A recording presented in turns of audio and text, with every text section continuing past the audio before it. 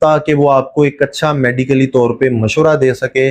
اور آپ کا بچہ ذہنی بیماریوں سے محفوظ رکھے۔ اور یہ ویڈیو